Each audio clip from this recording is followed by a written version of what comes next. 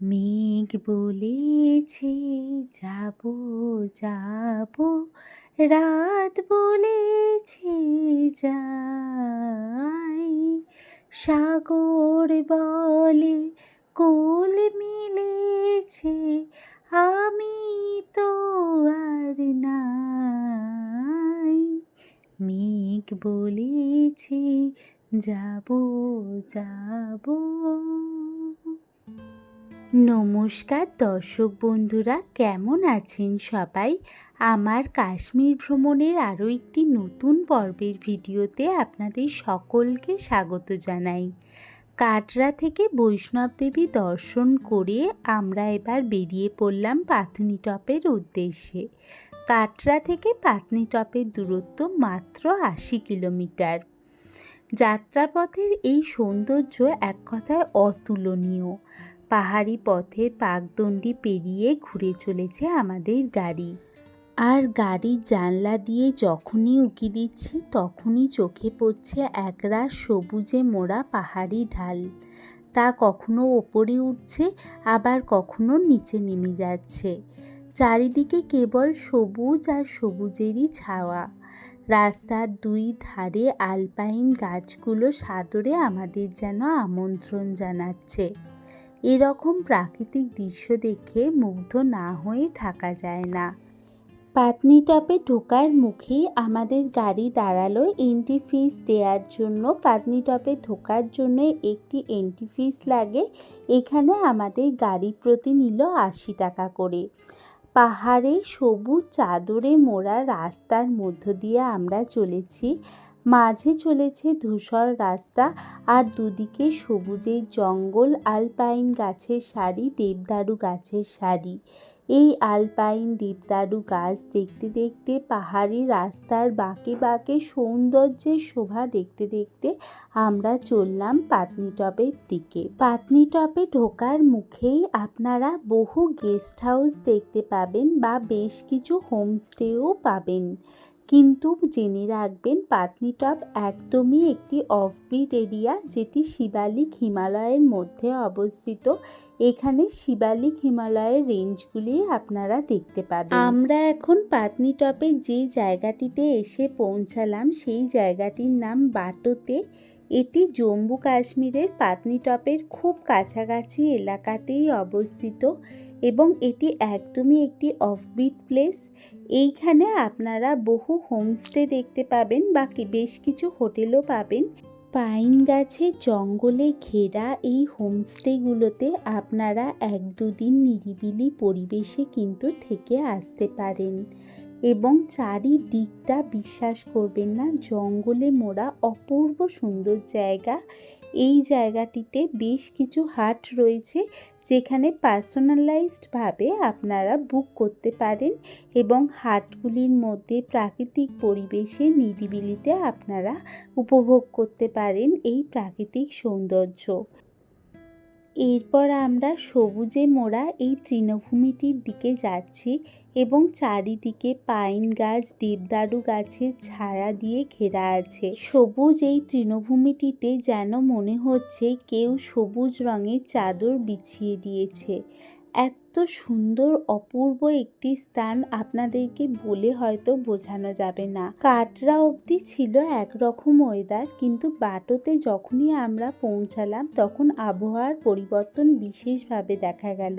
এখানে দেখুন কাশ্মীরি ড্রেস ভাড়া পাওয়া যায় এবং বেশ কিছু মহিলা ওনারা কাশ্মীরি ড্রেস পরে একসাথে নাচছেন, রিলস বানাচ্ছেন, নিজেদের মধ্যেই খুব আনন্দ করছেন। আকাশটা একদম সবুজ সুন্দর, তার মধ্যে এনাদের এরকম নাচ। ওইদিকে বেশ কিছু অ্যাক্টিভিটিস রয়েছে বাচ্চাদের জন্য, আর চারিদিকে এই সবুজ ভ্যালি। বাটো থেকে বেরিয়ে এসেই আমাদের গাড়ি এরপর এলো নাগ মন্দিরের দিকে। পাতনিটপের দিকে এলে এই মন্দিরটি আপনারা অবশ্যই ভিজিট করবেন। এটি প্রায় 600 বছরের পুরনো একটি নাগ মন্দির, যেখানে দেবাদিদেব মহাদেবের আরাধনা করা হয়। এই নাগ মন্দিরের ভেতরের দিকে ফটো তোলা একদমই নিষিদ্ধ, কিন্তু বাইরের দিকে ফটোগ্রাফি অ্যালাউড আছে। পাহাড়ের কোলে অবস্থিত এই নাগ মন্দিরের প্রাকৃতিক সৌন্দর্য কিন্তু বিশাল। চারিদিকে একদম সবুজে মোড়া, আর এই নাগ মন্দিরের আশেপাশের মার্কেটটাও খুব সুন্দর। এখানে বহু কাঠের জিনিসপত্র, সুন্দর সুন্দর কাঠের তৈরি জিনিসপত্র পাওয়া যায়। আপনারা চাইলে এখান থেকে জিনিস কিনতে পারেন। বেশ কিছু ঘর সাজানোর জিনিস যেমন পাওয়া যাচ্ছে, যেরকম কাঠের ক্লক রয়েছে দেওয়ালে টাঙানোর, বা এখানে বেশ কিছু ফ্লাওয়ার ভাস রয়েছে, ট্রে রয়েছে, বা এখানে কাঠের দেখুন বিভিন্ন ধরনের ঘর সাজানোর জিনিস রয়েছে, যা দিয়ে আপনারা কিন্তু আপনাদের ঘর খুব সুন্দরভাবে সাজাতে পারেন। এই জিনিসগুলোর মূল্য প্রায় অনেকটাই বেশি, যেহেতু একদম হাতের তৈরি জিনিস, সেই কারণে আপনারা একটু দাম দর করে জিনিসগুলি নিতে পারেন। প্রায় ওই ১,৫০০ থেকে ২,০০০-এর মধ্যে আপনারা জিনিসগুলো পেয়ে যাবেন। এই ধরনের ঘড়িগুলোর দাম বলছিল ১,৫০০ টাকার মতো। আপনারা একটু দাম দর করে নিলে প্রায় ১,২০০ টাকার মধ্যেও আপনারা এই সকল জিনিস পেয়ে যেতে পারেন। এবং বিভিন্ন ডিজাইন রয়েছে, নেম প্লেটও আপনারা বাড়ির জন্য কিনে আনতে পারেন। এবং এর পাশেই রয়েছে সোয়েটারের একটি ছোটোখাটো মার্কেট। আমাদের তো কাঠের জিনিস দেখে আমরা প্রায় মুগ্ধ হয়ে গিয়েছিলাম। এরপর আমরা নাগ মন্দিরে প্রবেশ করছি। নাগ মন্দির শুধুমাত্র ধর্মীয় স্থানের জন্যই বিখ্যাত নয়, এই নাগ মন্দিরের কিন্তু প্রাকৃতিক সৌন্দর্যও অনেক। একদম সবুজে ঘেরা এবং মাঝখানে নাগ মন্দিরটি অবস্থিত। এবং এই নাগ মন্দির কিন্তু শক্ত ভিত্তির ওপর প্রতিষ্ঠিত নয়, কাঠের তৈরি একটি মন্দির, এবং যার চারিপাশে অপূর্ব ভিউ পয়েন্টও রয়েছে। এবং গোটা মন্দির চত্বরটি রঙিন পতাকা দিয়ে ঘেরা রয়েছে, যা কিন্তু এই সবুজ ঘন সবুজে ঘেরা পরিবেশের মধ্যে অপূর্ব সুন্দর লাগছে। নাগ মন্দিরের ভিতরে ফটোগ্রাফি একদমই অ্যালাউড নয়, সেই কারণে আমি দেখাতে পারলাম না। আপনাদেরকে এই ভিউ পয়েন্টটা একবার দেখাই। দেখুন কি অপূর্ব সুন্দর প্রাকৃতিক পরিবেশে অবস্থিত। দূরে ধাপ চাষ যে হয় পাহাড়ে, সেই ধাপ চাষও দেখা যাচ্ছে। এবং এই ধরনের সুন্দর প্রাকৃতিক পরিবেশে এই নাগ মন্দিরটি অবস্থিত। এবং দূরে যে পাহাড়গুলো, সেগুলো দেখুন নীল দেখাচ্ছে, ওপরে সাদা পেঁজা তুলোর মতো মেঘ, চারিদিকে নীল সবুজ, অপূর্ব সুন্দর। নাগ মন্দিরের মধ্যে প্রসাদ বিতরণ হচ্ছিল, সুজির হালুয়া। আমাদের খিদেও পেয়ে গিয়েছিল, খুব ভালো লাগলো খেতে। অপূর্ব সুন্দর নাগ মন্দির দর্শন করে প্রসাদ খেয়ে আমরা পৌঁছালাম পাটনিটপের অপর একটি পর্যটন কেন্দ্রে।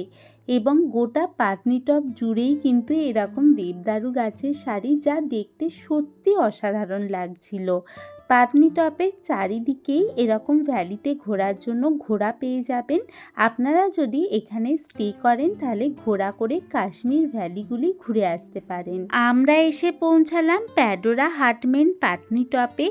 এটি ফরেস্ট ডিপার্টমেন্টের আন্ডারে অবস্থিত আরও একটি পার্ক, যার প্রাকৃতিক সৌন্দর্য অসাধারণ। এখানেও দেখতে পাচ্ছেন সেই একই রকম সৌন্দর্য, এবং সবুজ রঙের যেন গালিচা বেছানো রয়েছে গোটা অঞ্চলটা জুড়ে।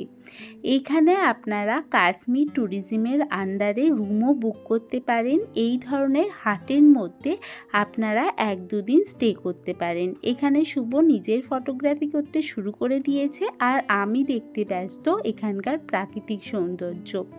আমার এই ধরনের সবুজ ধরনের ল্যান্ডস্কেপ সত্যি অসাধারণ লাগে, যে কারণে আমার নিজের ফটো তোলার দিকে একদম মন ছিল না। এখানে বাচ্চাদের জন্য বেশ কিছু অ্যাক্টিভিটিস রয়েছে, আর এখানে বেশ কিছু পর্যটক এলেও জায়গাটি কিন্তু আলটিমেটলি ভীষণ নিরিবিলি এবং শান্ত। যারা কাশ্মীরের ভিড়ভাট্টা পছন্দ করেন না, বা বেশ কিছু অফবিট স্থানে ঘুরতে ভালোবাসেন, তারা এই স্থানটিকে আপনাদের ঘোরার তালিকার মধ্যে অবশ্যই রাখতে পারেন। আমার তো এই ল্যান্ডস্কেপটা দেখে আমি সত্যি মুগ্ধ হয়ে গিয়েছিলাম।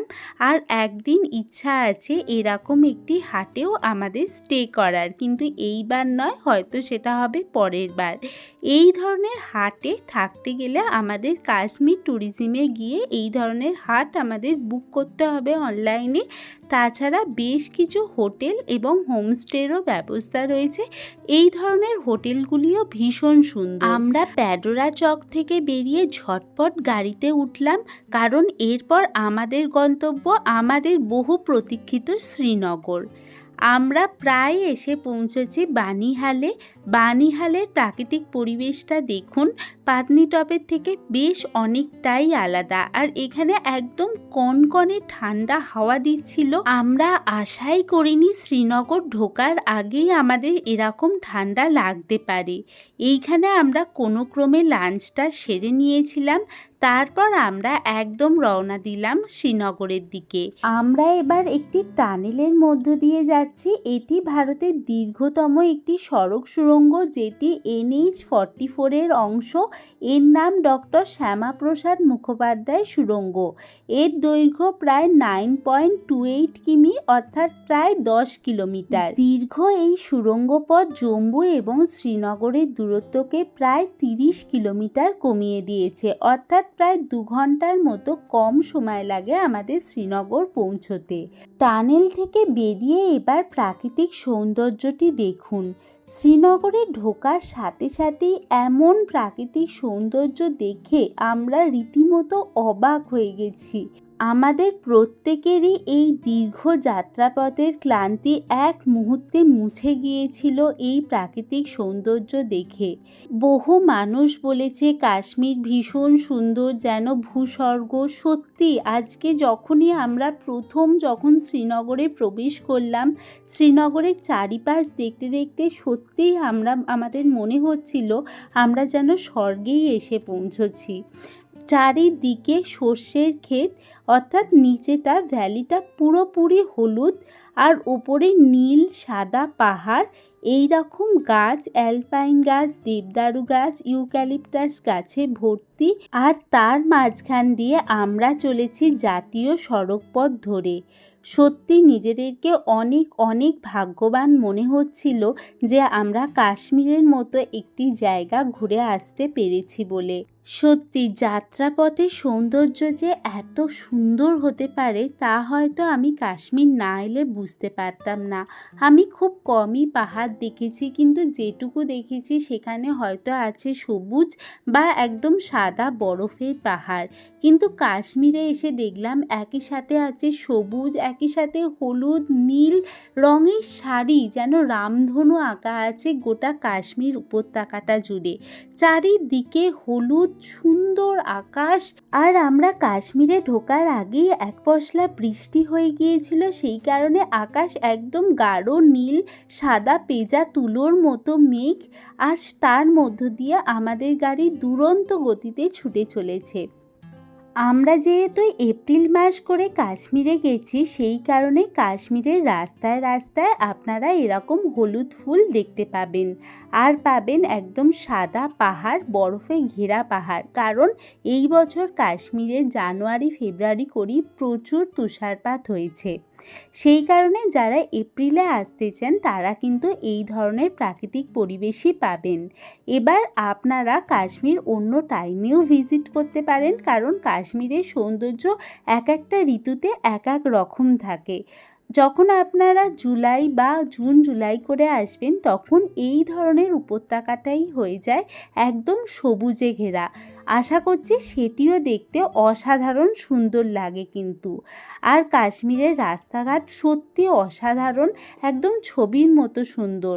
কাশ্মীর সরকার কিন্তু কাশ্মীর ট্যুরিজমের দিকে অনেক লক্ষ্য দিয়েছে, কারণ কাশ্মীরের বেশিরভাগ ইনকামটাই কিন্তু হয় এই কাশ্মীর ট্যুরিজম থেকে। তাছাড়া কাশ্মীর নিয়ে যেটা বহু মানুষের ভয় ছিল, আতঙ্কবাদীদের হামলা, নিজেদের নিরাপত্তার ভয়, সেটিও এখন বহু মানুষ কাটিয়ে ওঠার চেষ্টা করেছেন, কারণ প্রশাসন এক্ষেত্রে অনেক সহায়তা করেছেন। আর আমি কাশ্মীর ঘুরে বুঝতে পারি যে কাশ্মীরের সাধারণ মানুষ কিন্তু নিতান্তই সরল, খুবই সাদামাটা জীবন পছন্দ করে। আর তাদের সরল জীবনযাত্রায় রাজনীতি, ধর্ম, জাতি কখনোই বাধা হয়ে দাঁড়ায় না। তারা নিজেদেরকে ভারতবাসী বলে পরিচয় দিতে গর্ববোধ করে। এর মধ্যেই দেখে নিন কাশ্মীরের বিখ্যাত ব্যাটের কারখানা। কাশ্মীরের উইলো উইলো কাঠের আধিক্য খুব বেশি থাকায় এইখানে অনন্তনাগ বা কাশ্মীরের এই সকল এলাকাগুলিতে বহু ব্যাটের কারখানা গড়ে উঠেছে এবং ব্যাটের কারখানায় তৈরি এই ব্যাট কিন্তু বিদেশের প্রচুর পরিমাণে রপ্তানি হয়ে থাকে। তাই কাশ্মীর গেলে ক্রিকেট প্রেমী মানুষেরা কিন্তু অবশ্যই একটি ব্যাট কিনে আনবেন। আর এর মাঝখানে রাস্তার ধারে আমাদের গাড়ি এসে থামলো, আর এখানে টিউলিপ ফুলের বাগান দেখে আমাদের মন আনন্দে ভরে গেল। এইগুলো কিন্তু ন্যাচারালি তৈরি হয়েছে, অর্থাৎ কেউ বসায়নি। আর তার পাশে সর্ষের ক্ষেত। আমাদের গাড়ি পেট্রোল নিতে থেমেছিল। পেট্রোল পাম্পের সৌন্দর্য দেখে, যে প্রাকৃতিক পরিবেশে পেট্রোল পাম্পটি অবস্থিত, আমার ইচ্ছা করছিল সেখানেই থেকে যেতে। এরপর আমাদের গাড়ি প্রায় বিকেল করে শ্রীনগর ঢুকে গেল। শ্রীনগর ঢুকে গিয়ে শ্রীনগরের ডাল লেকের সৌন্দর্য দেখে আমি তো মুগ্ধ হয়ে গেছি। আমার মুখ দিয়ে কোনো কথা সরছিল না। আমি এতবার বলেছি যে এই সৌন্দর্য দেখে আমি অজ্ঞানী হয়ে যাব। তাই দেখে আমার পাশে সবাই যারা আমার সাথে ঘুরতে গিয়েছিল তারা সবাই ভীষণ হাসাহাসি করছিল, আর আমাকে তো রীতিমতো তাই নিয়ে পেছনেও লাগছিল যে কেন আমি এখনও অজ্ঞান হয়ে যাচ্ছি না। দেখুন ডাল লেকের সৌন্দর্য। ডাল লেকের বলা হয়ে থাকে, ডাল লেকের এই সৌন্দর্য দেখার জন্য পৃথিবী থেকে পর্যটকরা আসে কাশ্মীর ভ্রমণ করতে। কেন আসে তা আমি আজ থেকে বুঝতে পারছি। আর কাশ্মীর যে আমাদের ভারতের একটা অংশ, তাই দেখে আমি গর্ববোধ করছি। আর সত্যি আমার কাশ্মীরে শ্রীনগরে ঢোকার এই মুহূর্ত আমার চিরকাল আমার মনের মণিকোঠায় বন্দি হয়ে থাকবে।